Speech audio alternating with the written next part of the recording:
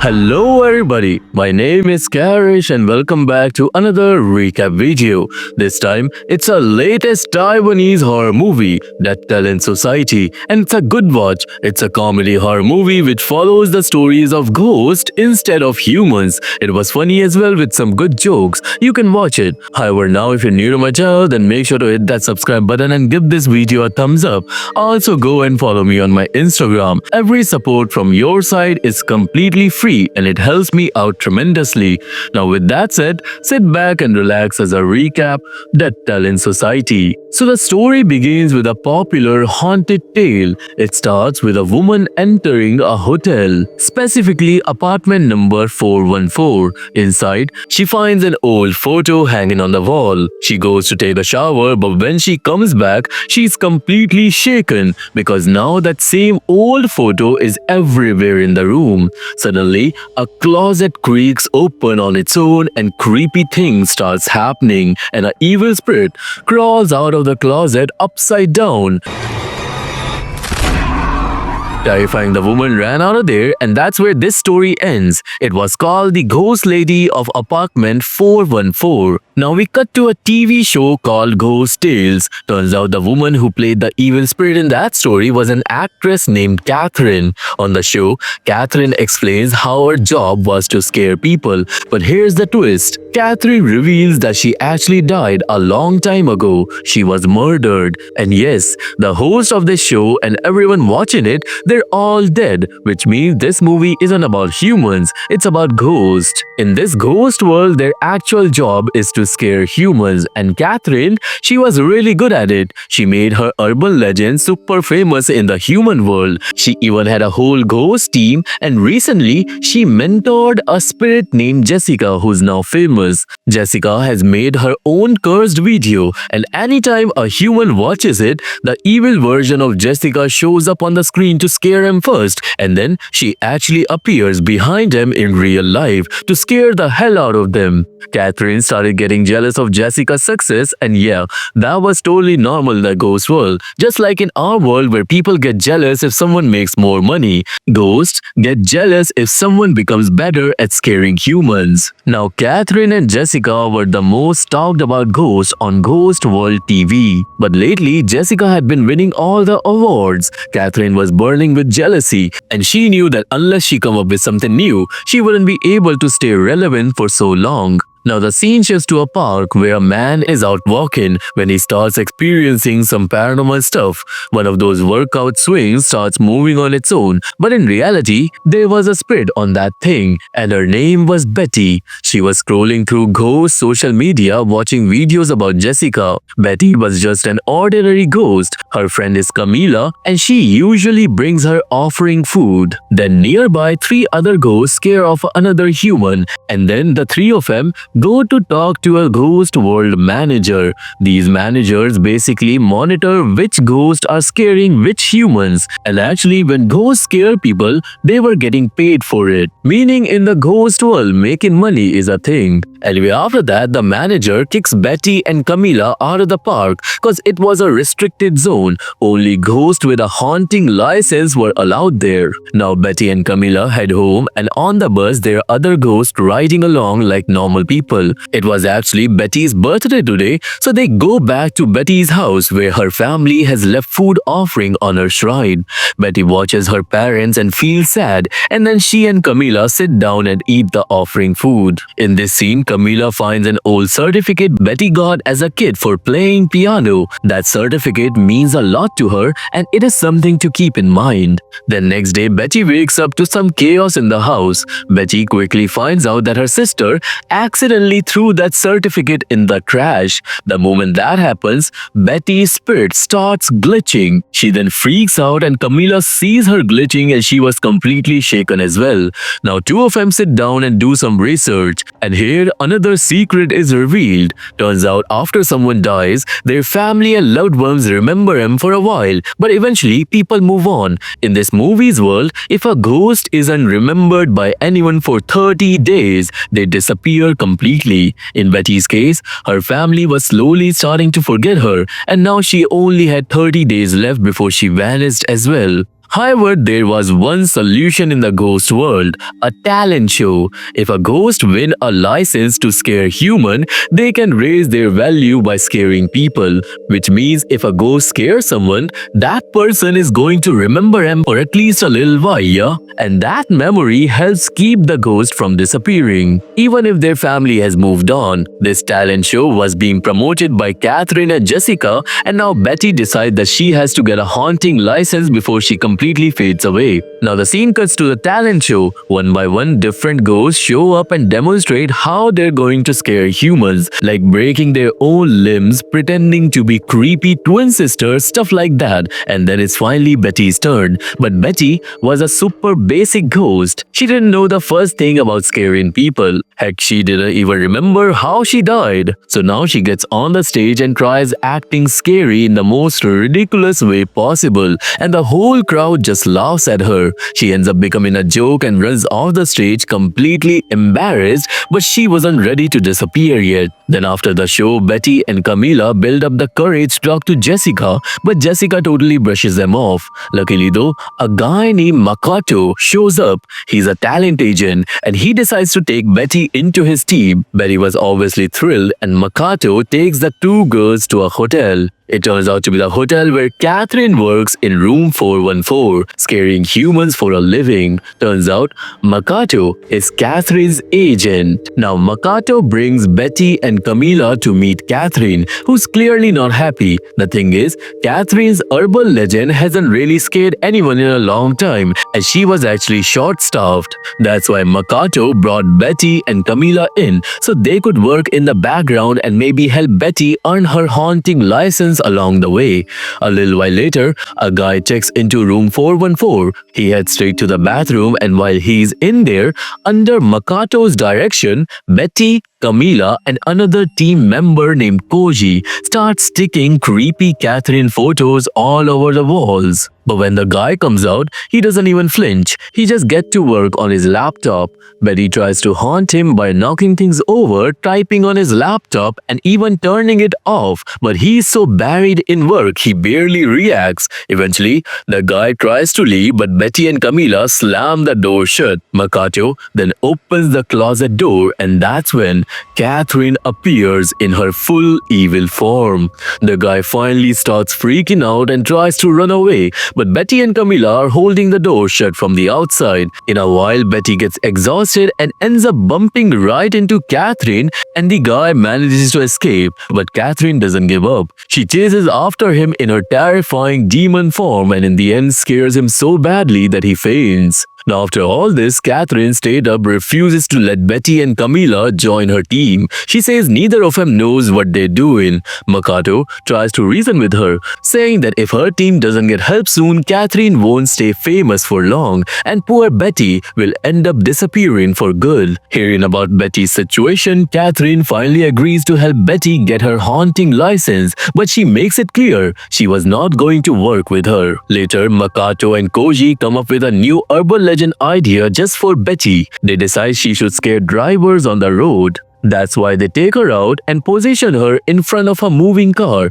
but Betty was too scared to actually get in the way. After some peer pressure, she forces herself to get hit by one of the cars, but she ends up getting hurt badly. So now in that injured, bloody position, she tries to crawl inside the car, but before she can climb in, the driver takes off, and poor Betty ends up being dragged down the road by the car. It was actually brutal and funny. After this mess, everyone sits her down and tries to show her horror movies to give her some inspiration, but her mind is just blank. Deep down, she believes she'll never be like Catherine. So to give her some hope, Makato takes her the next day to Catherine's training center, where Catherine is literally practicing walking upside down on the ground by controlling her rage. Turns out, Catherine was killed brutally by her boyfriend inside room 414, and that anger is what fuels her haunting powers. After showing all this, Makato tells Betty she needs to tap into some kind of rage as well,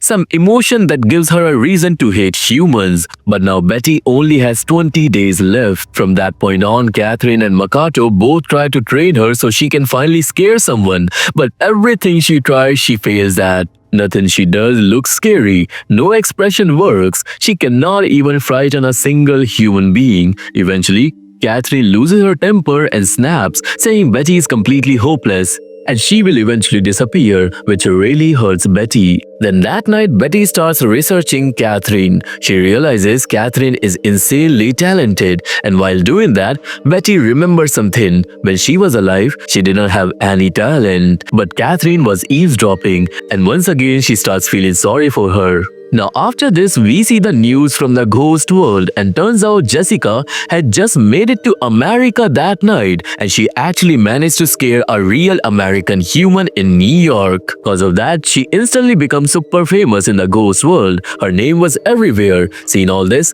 Catherine was burning with jealousy, and she looked over at Betty and thought that maybe she have to use Betty now to get famous herself, because at this point she had no other choice. Now Catherine starts scheming and suddenly calls the whole team up to the rooftop.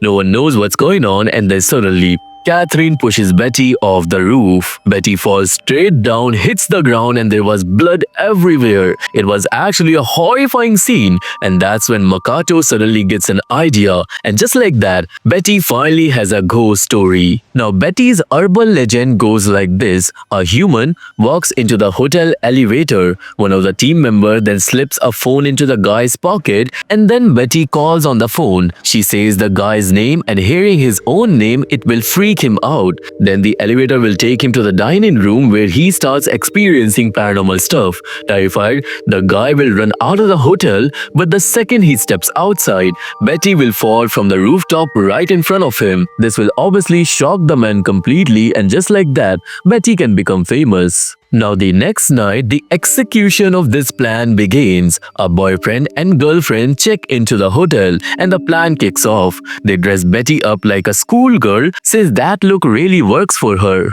As the couple steps into the elevator, Camila shows up behind them and Koji was there too. Koji quietly slips a phone into the boyfriend's pocket. Somewhere else, Makato calls that phone. The boyfriend soon finds the unknown phone, gets confused, and when he picks up, Betty says his name. The guy freaks out, but now his girlfriend thinks he's cheating on her with some other girl. They start arguing, and the team barely manages to get him to the dining room without blowing the whole plan. In the dining room, Makato and the others try to make paranormal stuff happen around the couple, but nothing seems to scare them for a long time. Finally, Makato lifts a plate into the air and throws it in front of him, and that finally gets them running for their lives. Meanwhile, Betty had reached the rooftop, but when it's time to jump, she freezes. She cannot do it. She was scared. The couple runs outside, and the plan was about to fail because of her fear. But that's when Catherine shows up again, and once again she pushes Betty off the roof.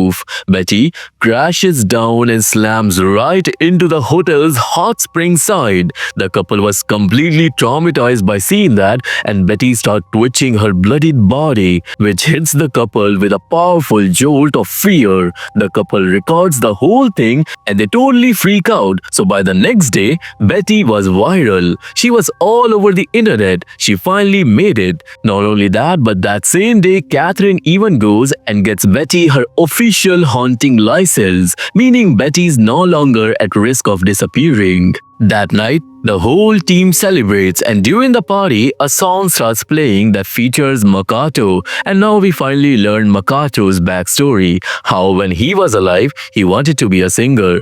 At one point, Makato actually wrote a really good song, but before he could even perform it at his first show, a stage light fell on him and he died. Poor guy never got the fame he dreamed of. That's why now, even after that, he helps other ghosts become famous. After this celebration, Catherine starts teaching Betty how to laugh like a celebrity, cause that same day Betty gets invited to a talent show party. Betty and Catherine make a dramatic spooky entrance at the party, and soon enough, Jessica shows up. Thanks to Betty's new talent, Catherine finally gets the chance to roast Jessica in front of everyone. But of course, even in the ghost world, there are problems. During the party, the manager takes away the haunting license of two ghosts because they were considered outdated and no longer scary. As soon as their license are revoked, they glitch out and vanish in a horrifying way. Everyone at the party whispers about him. Apparently, those ghosts used to be super famous. That's when we start to see the sadness behind the ghost world as well. A few days later, Betty's family moves out of their house. Camila's husband visits her grave and brings her little gifts. Even Catherine visits her ex-boyfriend, but he was very old now. Koji chats with his online girlfriend and it was pretty heartbreaking. Then later that night, a human influencer named Alex makes an announcement on his channel. He says he's going to the haunted hotel and will take the elevator, where he plans to watch Jessica's viral video. Basically, Alex wants to summon both Jessica and Betty at the same time. This news spreads fast across the ghost world as well. The manager is thrilled because now Jessica and Betty will have to work together to scare Alex and his team, and if they don't, the manager will erase both of them. Now Jessica and Betty are invited to this ghost talk show. Betty says everything her team told her to say, but Jessica plays Betty's embarrassing talent show audition clip on TV, where Betty is doing all kinds of weird stuff. Everyone laughs at her, and once again Betty's heart breaks.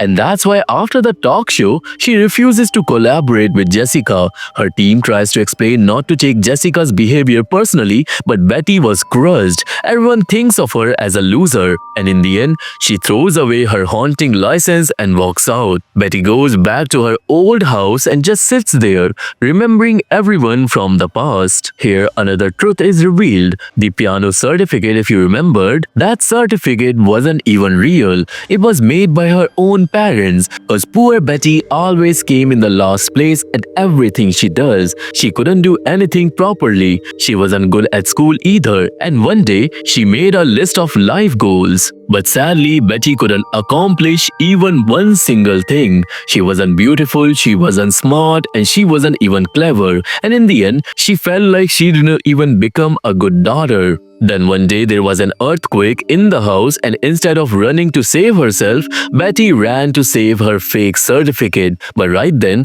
the trophy closet fell on her, and that's how she died. That memory finally comes back to her and it hits her hard. Betty gets overwhelmed and starts believing that she will never be good enough at anything. But then, Makoto shows up to talk to her.